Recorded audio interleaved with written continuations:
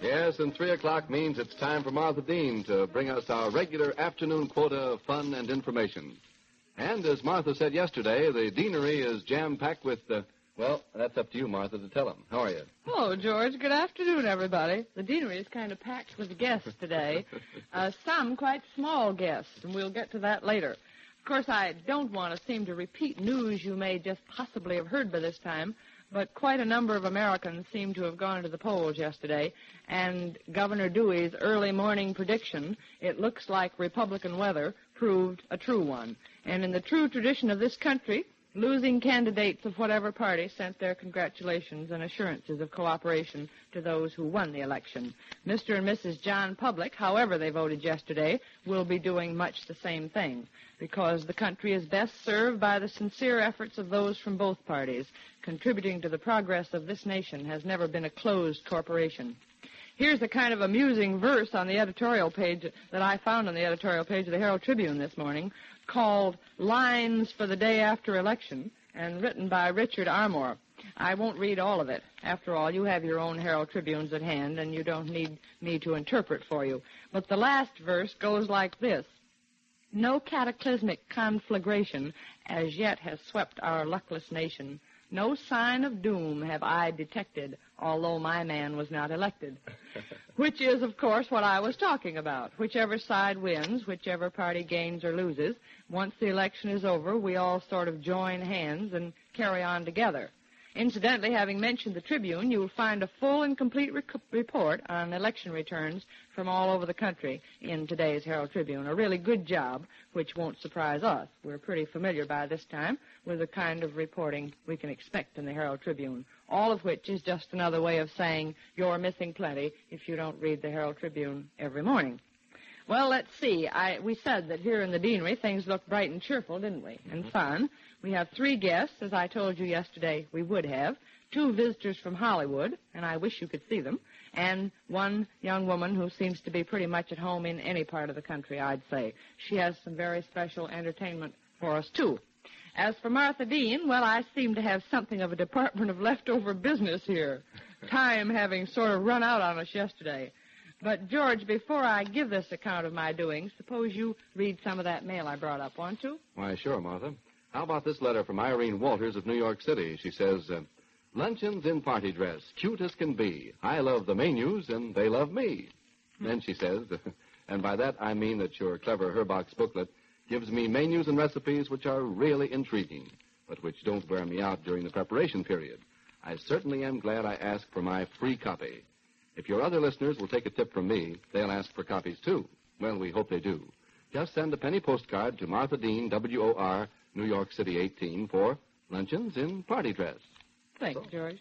Now for that report of mine. The Women's International Exposition is back in town, opened this week at the 71st Regiment Armory, with acres of exhibits demonstrating that women's work is never done. And if it is, they'll get busy and think up something new to occupy their spare time. Complete statement of feminine psychology there, if anyone has been trying to understand same. The extracurricular activities demonstrated this year range from sculpturing in soap to raising Angora rabbits for their fur, not just because they have pink ears and ingratiating personalities. There are rugs like Grandma used to hook, and some of them should make such as the Persians sit up and take notice, too. And there are hand-carded, hand-spun, hand-woven wool scarves like Great-Grandmother used to make, of necessity. Her great-granddaughter operates a spinning wheel for fun, and yesterday's demonstration of her art proved one of the major attractions of the show. The walls of the armory are lined with the finest patchwork quilts and the most fabulous crocheted tablecloths. Handmade lace of the old pin and bobbin school competes with knit lace of spider web fineness for attention. Particularly noted a determined-looking gentleman trying to get the hang of one of those multiple bobbins, muttering something about darndest contraption he ever saw. His respect for the nimble-fingered woman demonstrator had increased several 100% by the time he gave up. Then there's sleek modern silver jewelry turned out in one craftswoman's front parlor, flanked by an exhibit of the ancient art of pen painting. Ann Cormier of Long Island does the latter, and is the only person in the world who does. Pen painting, in case you'd like to try it, consists of applying carefully controlled blobs of oil paint with a pen to anything from, well, satin bookmarks to vases. An exhibit labeled Evolution of the Silkworm was bolstered by a full cornucopia of cocoons and a scarf marked Home Processed from Worm to Finished Product. And the wildlife department was completed by a box full of earthworms busily at work chewing up dirt around an ivy plant, the better to make it grow, we were told. Don't think that raising earthworms constitutes a hobby. It's a several $1,000-a-year business conducted by an intrepid lady from Ohio, and she'll sell you a couple of hundred capsuled earthworms without batting an eye. Of course, it occurred to me, though I didn't say this to her, that it might be easier to get a bottle of new plant life to make your plants grow than going out and buying capsules full of earthworms, and depositing them in the pots of houseplants. I might be prejudiced about new plant life, but it is true that new plant life is used by a great many greenhouses, and a great many of our listeners are finding out that using new plant life around houseplants in the house has much the same effect on these as it does on plants in greenhouses. New plant life is a scientific formula, you know, and it will make houseplants grow. In fact, it's guaranteed to make houseplants grow beyond your fondest expectation, and if it doesn't, you can get your money back. You can buy it in 10-cent stores, like Presses, or at your florist. And if your florist doesn't have it, you just ask him to order it from his florist supply place. Now, where was I? Oh, I know, down at the Armory. There are fishworms just got me off in a new plant life. There are 570 different exhibits of arts and crafts at the exposition this year, and that, I should say, takes in almost any form of handwork known to man. To women. Pressed flowers arranged between 2 layers of transparent plastic make handsome lampshades. On the other hand, if you have no real flowers available, one crochet expert down there will turn out a bunch for you. She crocheted her own daughter's wedding bouquet.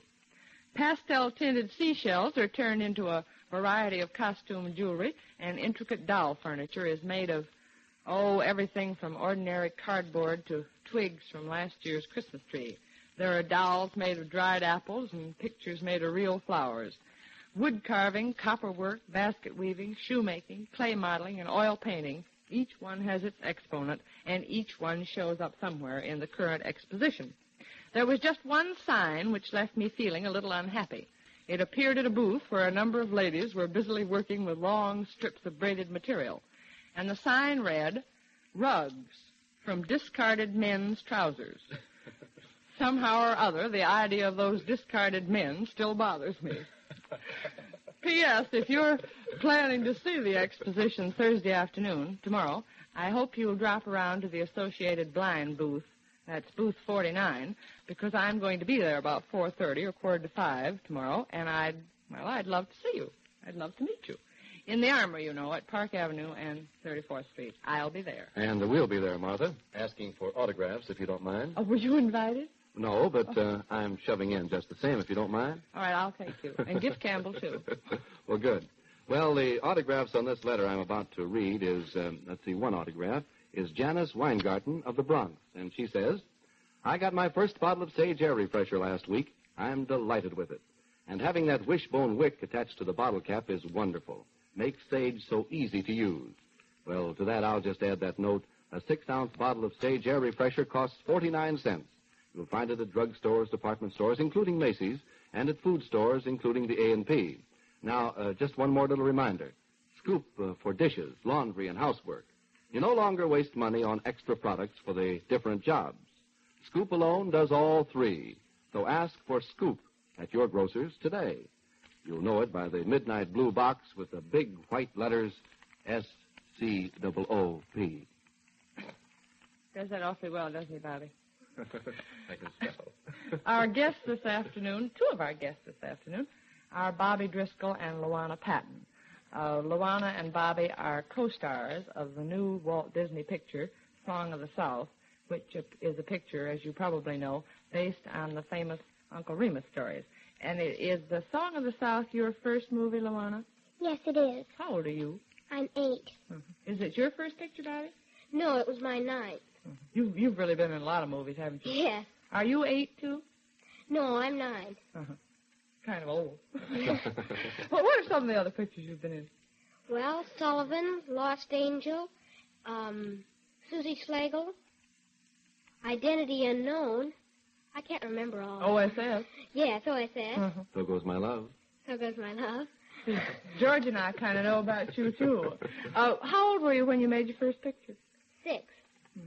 You've done all those in the last 3 years, huh? Yes. And you'd been a model before you became a movie star, hadn't you, Luana? Yes. Tell our listeners about that, how you started being a model. Well, how I started to be a model, I was 3. And these people saw me playing on the beach. So they took me down to Laguna Beach in Hollywood, you know, Uh-huh. rather in Long Beach. Uh-huh. Well, they took me down to Laguna Beach, and I just got friends with them, so they took pictures of me. Uh-huh. So when I was about 6 years old, Mr. Disney saw me on the front of a magazine. I think it was Woman's Home Companion. Was it? Yes. Uh-huh. He saw me on the front of Woman's Home Companion, and he called up Mr. Maddock, so he wanted to test me. Uh-huh. So I tested for Jenny, and I got Jenny Favors in Song of the South. My personal opinion is that anybody who'd see that little face on the cover of anything would want to take it home and do something with it. Maybe just keep it, that's all, and sort of have it around to look at. Because probably Walt Disney had better ideas what to do with you than just keep you around to look at. Now, tell us a little. Bobby, why don't you tell us a little bit about the picture Song of the South, will you? Well, I said it was based on the famous Uncle Remus stories, but you kind of go on from there and tell our listeners a little about it, will you? Yes.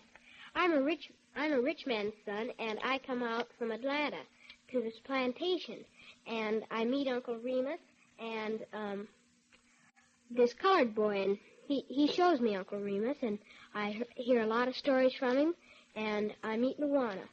Mm-hmm. And then what happens, Luana?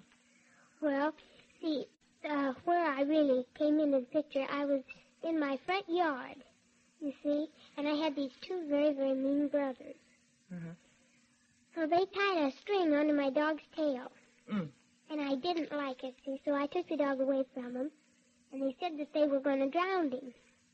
See? Uh-huh. They were teasing me. So the dog, it gets away from me, and it goes over to Bobby at the fence. Mm-hmm. And Bobby picks it up, and the 2 boys start an argument with him. Mm-hmm. So I walk over, and I take the dogs from him. And when Bobby starts to go away, they start calling him a little boy wearing a lace collar, because he had a little lace collar on. Mm-hmm. Because he was a rich man's son. Yes. Uh-huh. Well, what finally happens? You 2 sing in the picture, too, don't you? Yes. Mm-hmm. Have you done any singing in pictures before? No. Mm-hmm. Where was your home? Was in California. Always has been, hasn't it, Luana? Yes. Are you a Californian, too, Bobby? No, Iowa. Iowa, huh? How'd you get in pictures? Well, my father got sinus, and so we had to come out to California from Michigan, and so this barber in Pasadena told me I should be in the movies, and so one Sunday he invited us out to his home, and his son was there, and we found out his son was in the movies, and his son got me an appointment with his agent. And his agent took me out to part with Lost Angel, and I got my first part. Mm-hmm. Do you like pictures? Yes. I kind of want to know, I'm sort of pry into your private life right now, Bobby. I want to know how you work out the business of going to school. How do you do that? Well, Do you have to be on the set at 5, 6 o'clock in the morning? Oh, away? no. 9 o'clock, and we have 3 hours of school. And Where do you go to school? Right on the set. Uh-huh. Uh-huh. And we have 3 hours of school and 4 hours of work and 1 hour of lunch. And that's the way your day goes all the while you're making pictures, huh? Well, that's all right. You don't go to... What about you? Do you go to school the same way? Yes. Well, I might have known you go to school. After all, you said you were 8, didn't you? Yes. But you're so little. Luana is much smaller than Bobby, so I kind of forget that he's only 1 year older than she is. But you go to school the same way, huh? Yes. Did you like doing this picture? Yes, I have. Where did you make it? Right out in California, or did you go south for it? Well, we went to Phoenix, Arizona to make where the plantation was. We went out there to make the part. I wanted to talk about the song that you 2 sing in the picture because you sort of indicated that if I'd be very nice to you, you might sing it for me. Have I been quite nice? Yes. And you're going to sing it? Yes. You see? Pays to be nice, George. Oh, tell a little bit about the song, Bobby. Tell our listeners the title and a little bit about it, where it comes in the picture. Zippity-doo-dah. And it comes in where, right after I leave the Favors home. And the Juana comes up and asks me my name, and she gives me her little dog and I trade her my little lace collar. And so we get in this boat down near the mill pond, and we go out and we start singing Zippity-doo-dah. Just as you're going to do now, huh? Yes. Good. Zippity-doo-dah, zippity-ay, my, oh my, what a wonderful day. Plenty of sunshine heading my way. Zippity-doo-dah, zippity-ay, Mr. Bluebird's on my shoulder. It is the truth, it's actual, everything is satisfactual. Zippity-doo-dah, zippity-ay, wonderful feeling this way. Wonderful harmony. Wonderful children, these. I wish all of you listening could see these two faces, because they're quite charming, and we could really do with a little television around this Studio 7 today, couldn't we? I should say. Thank you ever so much, and I hope you won't go too far away, because we have another guest, and I think you're going to like hearing her talk, too. So don't go too far away, will you? Now, while George is kind of playing host, I'll put in a word for Pratt's Fresh Frozen Foods. Have you tried Pratt's grit-free spinach and Pratt's frozen lima beans? Baby limas from the eastern shore. You know, they're young and tender, and they're delicious. And they were picked just before they reached maturity and frozen the day they were picked. I won't say that they're better than baby limas that you picked in your own garden and cooked immediately after picking. I will say, though, that they're much better than lima beans that were picked and shipped a long distance and allowed to stand around a couple of days before you get them. Vegetables begin to lose their vitamin content and their flavor, you know, from the moment they're harvested, and then keep on losing more of same every hour that they're out of the ground or off the vine.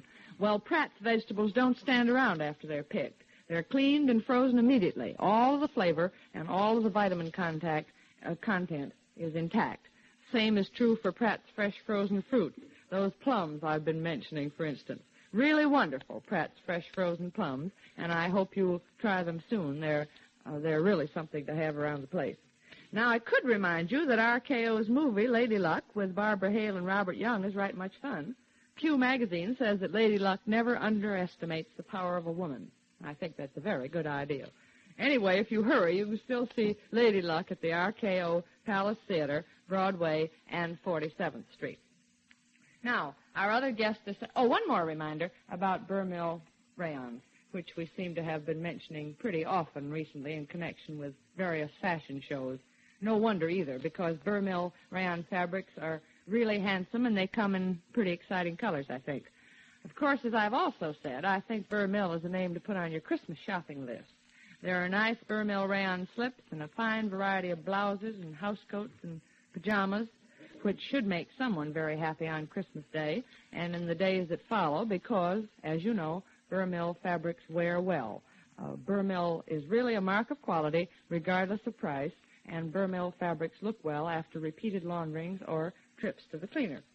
Now, here we are with our third guest today, Mrs. Winifred Jacobson. Mrs. Jacobson is a young American pianist who made her debut at Town Hall in the fall of 1944, and since then has given concerts in Washington, Wilmington, and a great many other places. You're living in Wilmington now, aren't you, Mrs. Jacobson? Yes. Tell our listeners a little bit about what you're doing down there, because you sound to me as though you're having a very fine time. I am. I'm having a marvelous time, but I've got myself mixed up in two programs. One, short piano program of some material which I believe is rather successful over the air. We usually hear rather brilliant pieces from pianists, and I'm doing some miniature programs of music of a rather delicate character. Mm-hmm. And I believe that there is a place in the stream of radio programs for this kind of music. Mm-hmm. And then you're teaching, too, aren't you? Yes, I do several days teaching a week, and I love that very much. Have you given any concerts recently? Well, these radio programs have been involving most of my time. The other program, which I think would be of interest to your listeners, is the one in which we're using radio for music education. The supervisor of Newcastle County Schools and I, and a third literary friend, are working on a project aimed particularly for 5th and 6th grades. And the programs are correlated with their social studies. For instance, the 5th grade is studying colonial America. So we explore that territory in that period of the Swedes landing on the Delaware and so forth.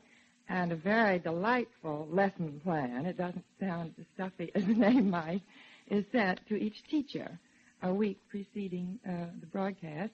And then the students are more or less prepared for the program which follows. And then 6th grade is doing Latin America. And that is really the interesting field for me, because that music is very unfamiliar. And as I've been finding out, it's very difficult to secure, particularly for piano. And I've been scurrying around all day in and out of music publishing offices trying to find that material. And it seems as though the publishers themselves are trying to find it. This sort of sounds familiar. Doesn't that usually happen when we try to find a bit of music around here to go with anything, George? That's right. It seems to me that I remember you disappeared once and didn't come back for 2 weeks looking for a certain piece that somebody wanted played on the program for something. Lost in the library. Well, the really big idea behind it is, of course, one world, and to give students another point of contact and another channel, more or less, of understanding of the music of other countries. And we're not so terribly interested in whether they always like it. No. My eyebrows went up a foot. Now here's my chance to speak to a teacher face to face. I want to go into that business. Now here's another teacher saying she's not really interested in whether we like it or not. Well, we always have music that we're sure they will like, but we often don't like things that are foreign or that we don't know. And, of course, what we're trying to do is to make them a little less foreign and a little more familiar. I think the things that we have in common with people are the things that we enjoy, and we're just extending this having things in common. It sounds like a fascinating things you're doing down there. Yeah. I want to have you tell our listeners a little bit about you. How did you get started on this piano career? Were you a prodigy? Well, no. Did you start? I was very lucky. You know, some people are good in spite of their teachers, and some people are good anyway. Well, I was very lucky. I had very wonderful teachers in Washington, D.C., which was my home. And, I gave my first recital when I was 12, but that isn't terrifically significant these days. And then in about in the late 20s, I was in the Juilliard Graduate School. Of course, I studied with James Christian there. And then I've had some opportunities to go to England to study with the famous Tobias Mattei. And I think if the listeners know that Myra Hess was more or less brought up by him, they'll will know who he is. He lived to about 87, and he died this is last Christmas. Well, what are you going to play for us here today, Mrs. Jacobson? Well, the music that I've chosen is of the character that I was speaking of before. First, a Scarlatti Sonata in E major. That doesn't distinguish it very much because he wrote over 500 of them. And then 3 short pieces of Henry Purcell, a hornpipe, a minuet, and an air. Good. That'll be very nice. We will, I just want to tell you that Luana and Bobby didn't leave. They're right here to listen to.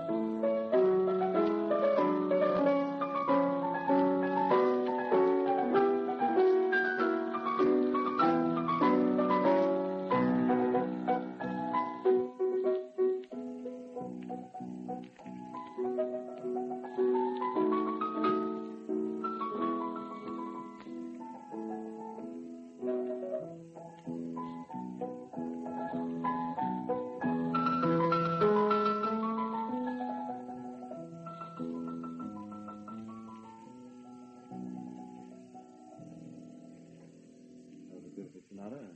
Nicely performed. Now the pieces by Purcell.